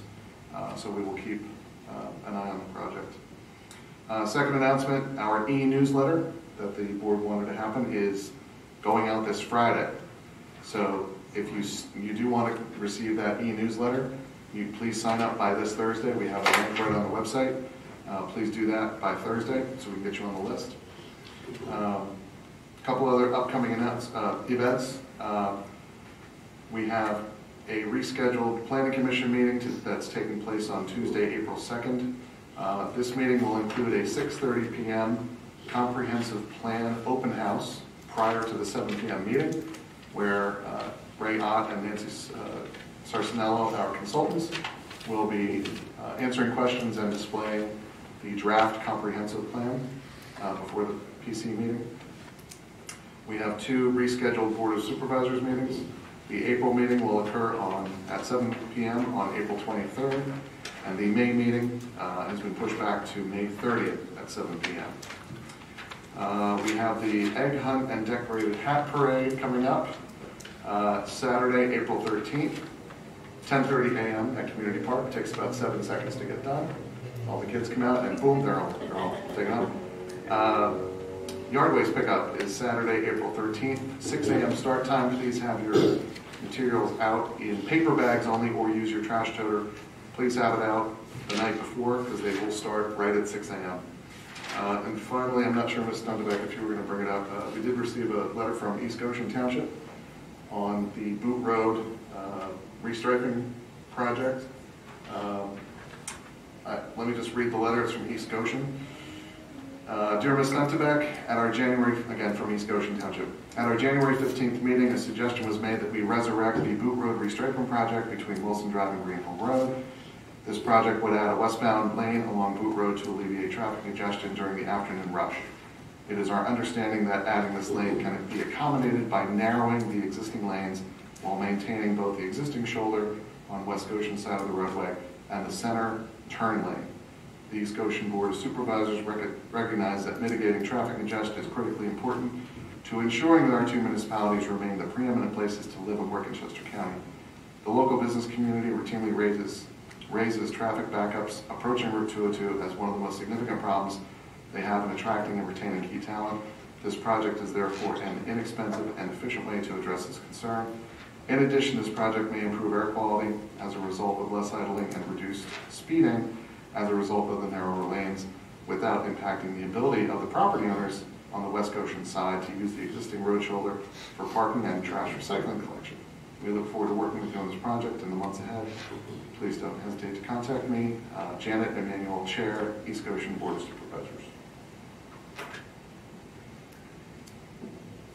So are there any questions from the board? No, I'm aware of the project. I absolutely am 100% in favor of that. So, as such, does it require, would you like a motion that we participate? If the board sees fit to participate in the project, absolutely I need a motion. I'll make that motion. I'll second it. Public comment? Yes. Police fine. I would just suggest that it be taken into account the Sunoco work that's being done right past Green Hill Road, and if lanes are going to be narrowed, they're already cutting off lanes right in front of that project to get onto 202, so it might create a cluster if you narrow things further. So I would personally suggest waiting until it's a little clearer with the Sunoco work. Thank you. Good comment. Thank you. Any other comments? Hearing none. All in favor? Aye. Aye. Actually two more, I'm sorry, two more items.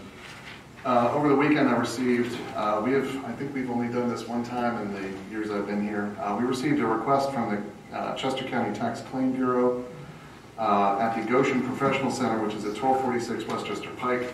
Apparently there was a mobile home that was destroyed back in 2003, and the home was destroyed, and then that space was used for parking. Tax claim has been trying to get a total of $176.18 in taxes from 2003, 4, and 5 from the previous owner who doesn't exist anymore. This lien is on the books, and the only body that can exonerate that lien is the Board of Supervisors. I'm recommending that the board exonerate that tax money and wipe it off the books, since we can't collect it. I'll second it. Any public comment? All in favor? Aye. And one more item. We also received a request similarly to the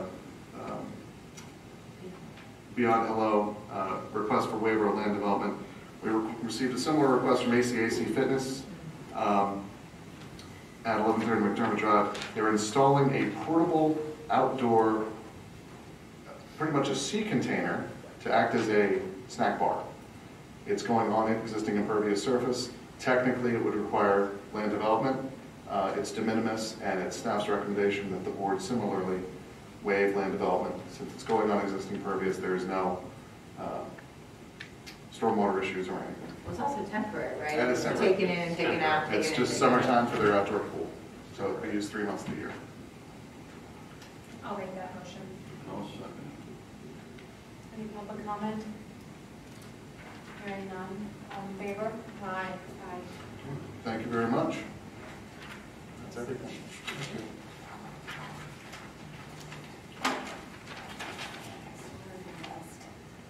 Township engineers, stormwater announcements. Thank you, Madam Chairman. Not much to report regarding stormwater.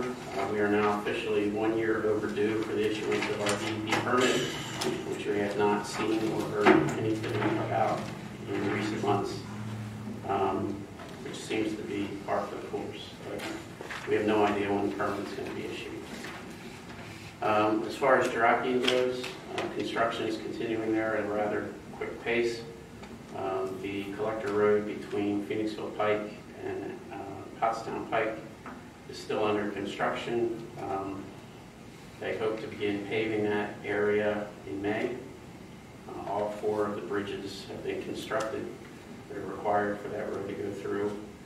And they're also in the process of installing retaining walls. There are a total of 85 retaining walls on the project. Not all of them are going to be installed at this stage of construction, but all the ones supporting the roadway work are under construction now.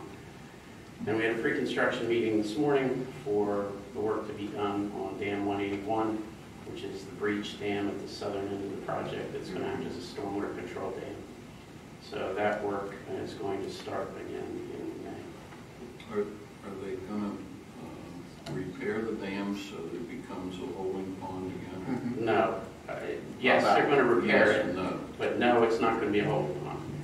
They're going to repair the dam to act as a dry stormwater basin. So during storm events, it'll be wet, and over a period of less than 72 hours, it will drain down and become dry. The other 2 dams, which will also be constructed sequentially, one after the other, after this dam, are wet all the time. So there is a difference between the 3 of them. Okay, thank you. Any public comment? Questions? Hearing none, we'll move on to the next item. Zoning officers announcements. Anyways, Dr. Beck, the zoning hearing board met last week, and they rendered their decision on 1205 Farmington, which was a de minimis request for a setback variance. They granted that request. The zoning hearing board also granted the Greystone signage on Pottstown Pike. We've been very busy. We're on our 7th application this year so far. So, on April 10th, the zoning hearing board will be convening here at 7 p.m. to hear an application from the Chester County Hospital. The hospital seeks to add 3 additional signs to the property. One sign is 61 square feet, the other sign is 41 square feet, and the other sign is 42 square feet. The 42 square foot sign is a sign that says emergency.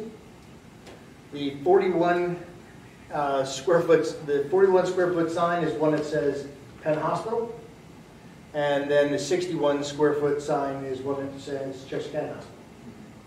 And I would need to seek an opinion from the board whether you would like Ms. Kent to take a position on that application. This is about the 3rd time that Chester County Hospital has been to the zoning hearing board for sign relief. We have not opposed it any time previously, and it would be my suggestion that we don't oppose it this time.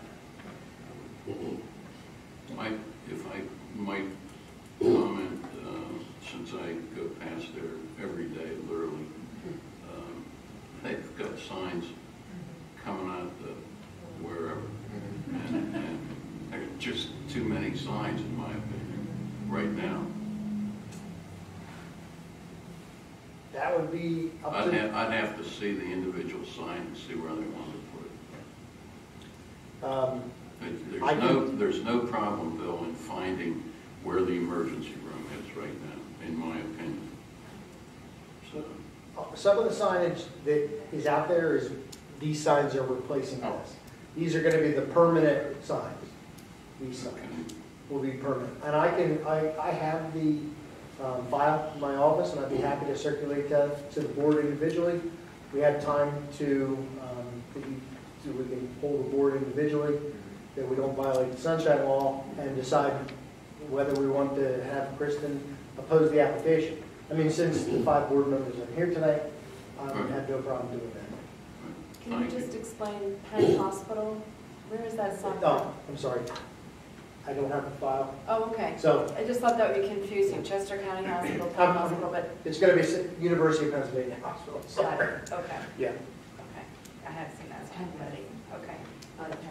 Penn Medicine, yeah. So they're changing the signs out from what exists there, which they've identified as temporary, essentially replacing them with new ones. Right. In essentially the exact same places that they are? Yes. Okay. That's my understanding, and I have the locations. That would be helpful for us to see that. Very good.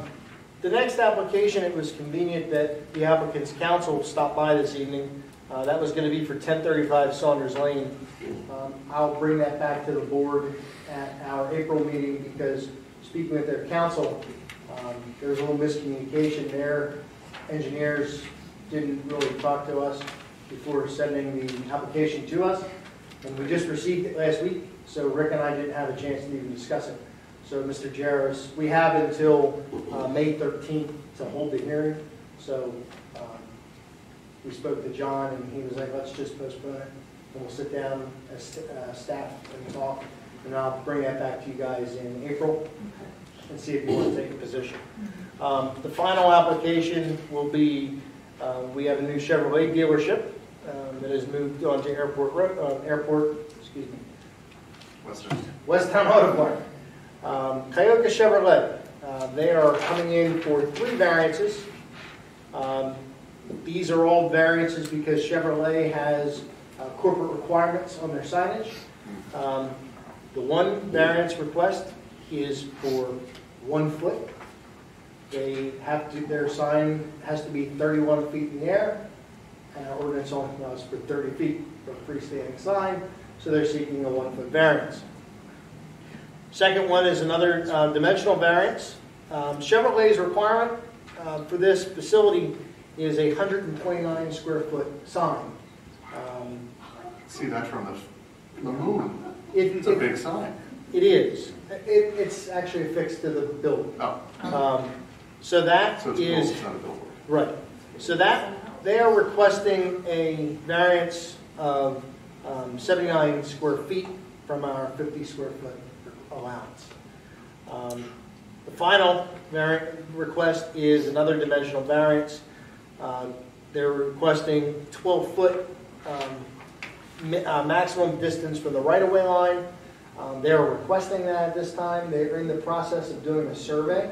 They may not need that, but they figured while they had to put the application in, why not ask for it and advertise it, because they can take it back.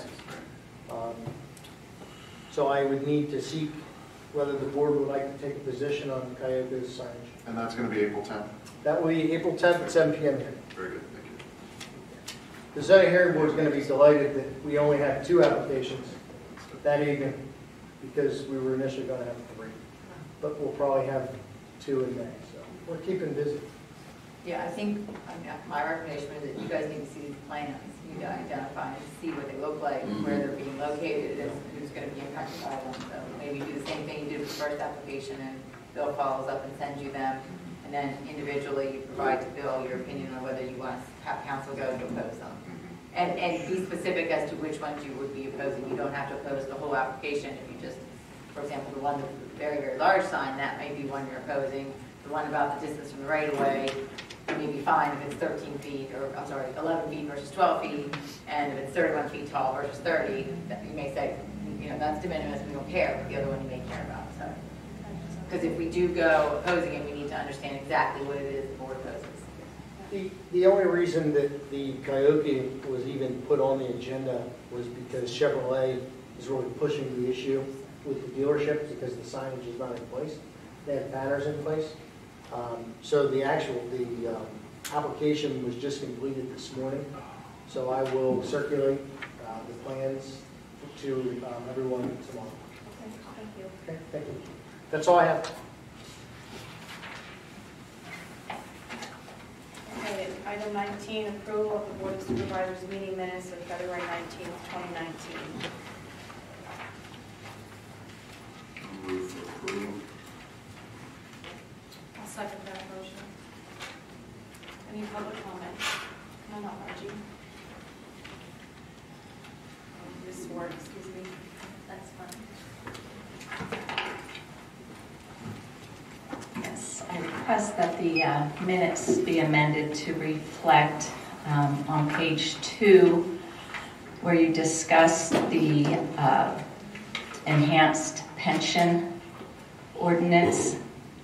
I did ask 2 questions about that, and I think it's very important that they be reflected in the minutes. I simply asked the pension committee input, if they had input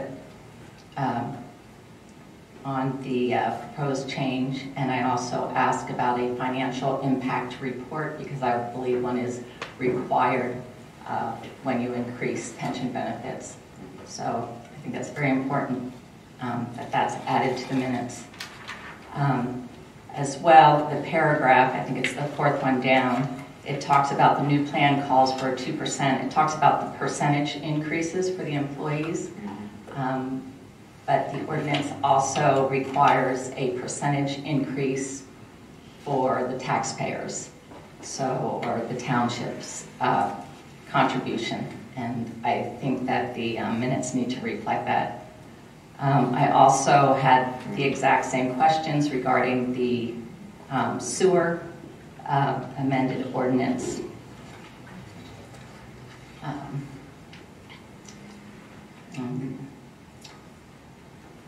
This is kind of minor, but I actually requested that the board not take a position on the zoning hearing regarding Mr. Khan's development. The minutes say that I asked not to oppose the variances. And then, very minor, on the Finance Committee report regarding an expense for a meal, it says that the board responded, it was for a board dinner, but that was actually Mr. Lalonde, the township manager, responded. And then it says that I had complaints about the township solicitor, And I do not at all remember complaining about the township solicitor. You mentioned her name during your comments. Well, that if I mentioned her name is different than complaining about her, so I don't think, if I didn't complain about the If you township. prefer, I'll take it verbatim. I couldn't understand most of what you were saying, so Well, I will review the tape. And well, please how would do. you like to? How would you like to Well, amend the minutes? I don't recall. If I did say that I had a complaint about the township solicitor, it should be in the minutes, but I don't recall complaining about the township solicitor, nor the previous supervisor, Mr. Halverson. Again, I was upset, so but I do not. I was having trouble understanding most of what you're saying. So every meeting, I have just 30 seconds. Ms. Duntebeck? Yes, 30 seconds. Her time is up. Would you like to give her more time? 30 seconds, please. Every meeting that I have attended since 2013, the meeting minutes have been sanitized. In my opinion, this suggests the minute taker and the board members that approve the minutes are tampering with official government documents, which constitutes a criminal act. Thank you.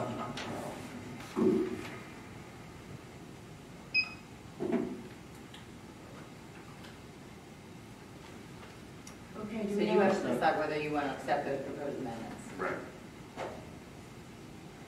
I think that I'd like to recommend that we review the verbal from the audio. We have clarity.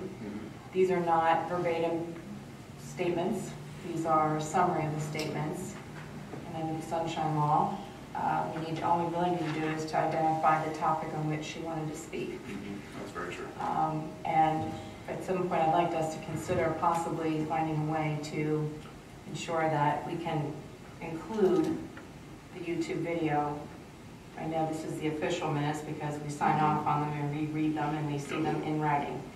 But I do think it's important for that piece of it to be somehow connected to our minutes every month so that people, if they're not being heard, if we are not doing something in a criminal capacity if things are recorded differently than what you might expect.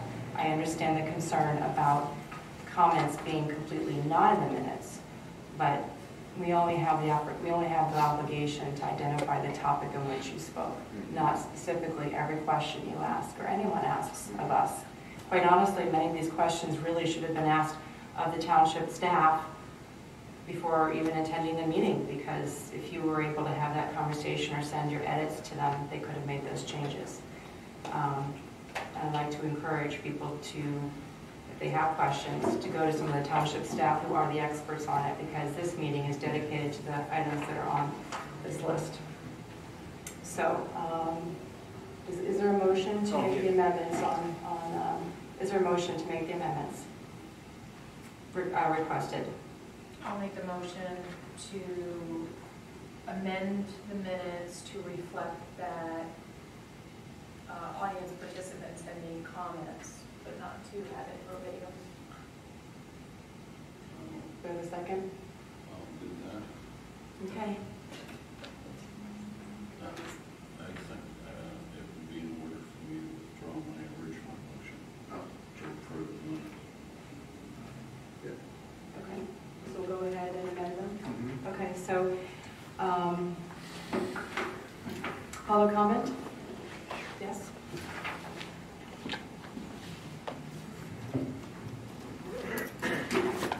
Avance Barry, at your February meeting, Madam Chair, you made a mistake where you stated that YouTube channel is a complement to the minutes, and I corrected you on that, and I made an objection, which I'm allowed to do under Sunshine Act, and I have the copy of the Sunshine Act exactly. So that was not reflected on your minute. I like that to be reflected on your minutes of February. I also made an objection when your solicitor huddled with 3 other township supervisor without the benefit of 2 others supervisor being, excuse me. That wasn't part of the meeting. Excuse me. All the deliberations shall be conducted openly pursuant to section 704. Excuse me. May I proceed? Yes, please proceed. Okay. All the deliberations shall be conducted openly, and I highly recommend the solicitor read the Ackerman versus Upper Mount Bethel Township. This is a Commonwealth case. And also, I request that to be amended, that minute to be corrected. I made an objection pursuant to Sunshine Act. And also, this is an official government document. You do not pick and choose what you can add, what you can subtract. You cannot put an ordinance or any kind of a regulation that YouTube channel can be amended to the Sunshine Act. The only authority is a Commonwealth. So that decision is not in your hand.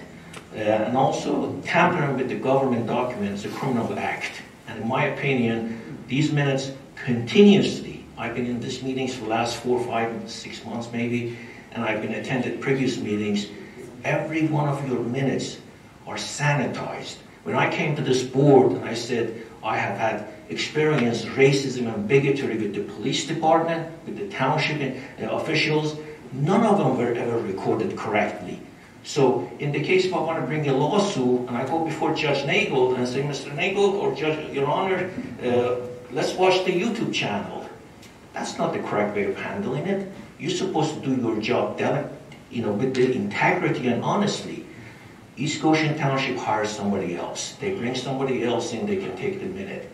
Take the minute out of your manager's hand. Let somebody else handle this with his arm length. Every time Ms. Sword is here, he flies off the handle. So intimidates that poor woman. She's entitled to be here. She's entitled to be heard. And you're not going to deny her right or anybody's right. And surely you're not going to deny my rights. Thank you.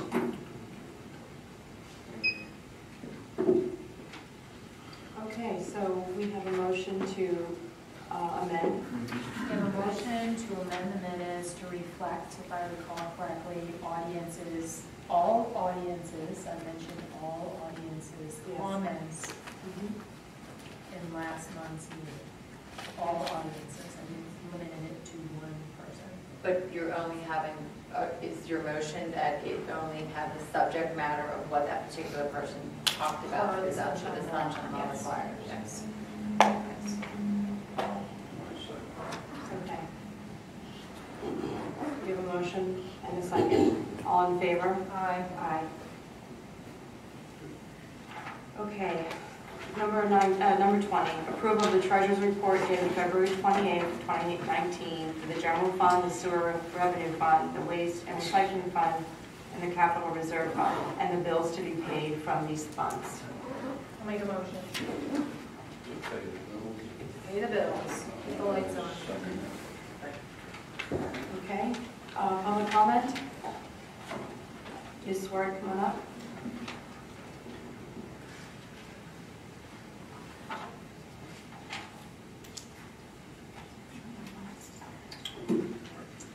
If the township is not going to allow citizens to question staff members on their reports, I would ask that, I've asked it before over the years, that the staff reports that they read be able to be found online somewhere.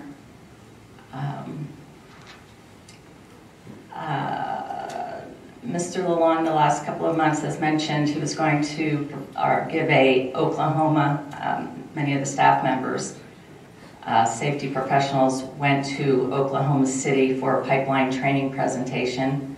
With all that's going on, especially now, right in our township on Boot Road, I thought last month he said that would happen tonight, and it didn't happen tonight. I would like to ask that... It's a public comment. It's just with the comments on the motion, just to approve the Treasurer's report.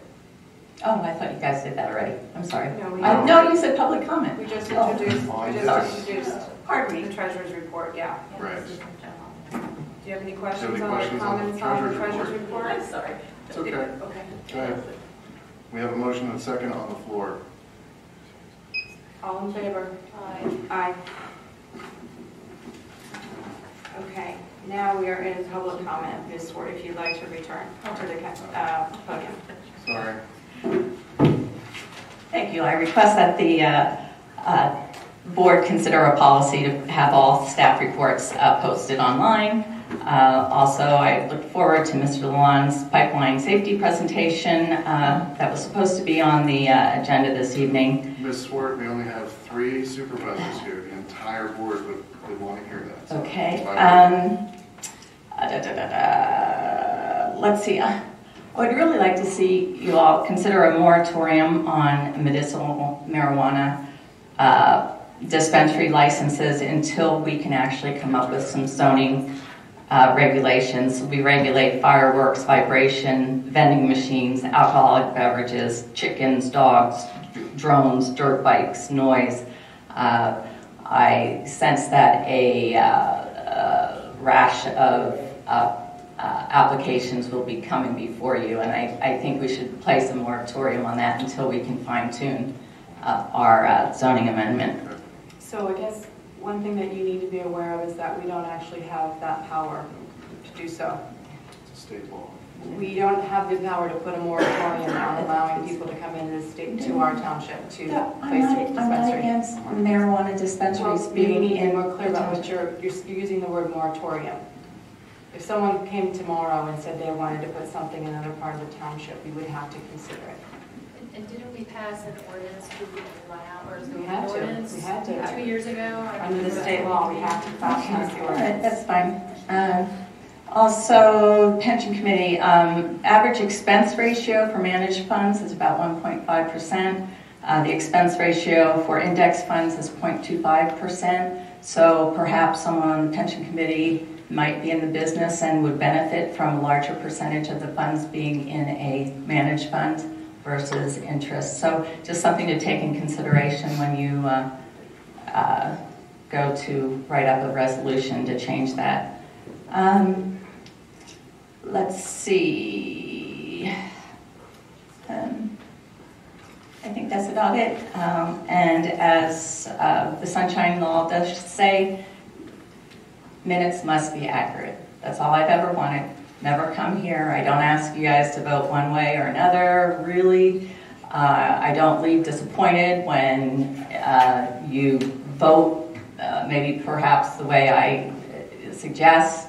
All I've ever wanted since 2013 when I've been coming to these meetings is just to be on the record reflected accurately. So Okay. it's pretty simple. Thank you very much. Any other public comment? Mr. White, Dr. White, excuse me.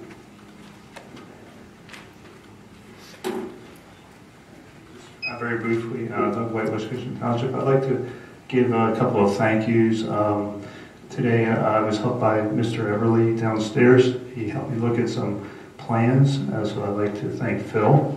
Also, Casey is one of our contractors at Cherokee and Lyon and Hall. Lyons and Hall, yes. They're Yes. About 322. Well, hold on. They're not our contractors. Okay. The reason I bring it up is one of their field engineers spent a lot of time with me in the back yesterday morning. It was very nice. We looked at plans while they were working right in front of us, and they were excellent. Very nice. And his name is Steve. And also, thank you to PennDOT for fixing potholes on 322 temporarily. It was Temporarily. Nice. And thank you for the appointment. Thank you very much. Well, thank you. Any other public comment? Just need to state your name and your address, please. I'm Sally Yoder, 102 South Five Points Road. I just wanted to say we went to the prayer service at the Islamic Center on Sunday, and Chief Gleason was there, and I was really proud to be from his district. He was really made us proud. So there's some negativity toward the police, but I've had nothing but positive interactions with our police, and I just wanted to say something nice that I saw. I'm sure he'll appreciate that. For sure. Thank you. Any other public comment? Hearing none? Make a motion, we adjourn. Make a motion. Second that. All in favor? Aye. Thank you. Good night, everybody.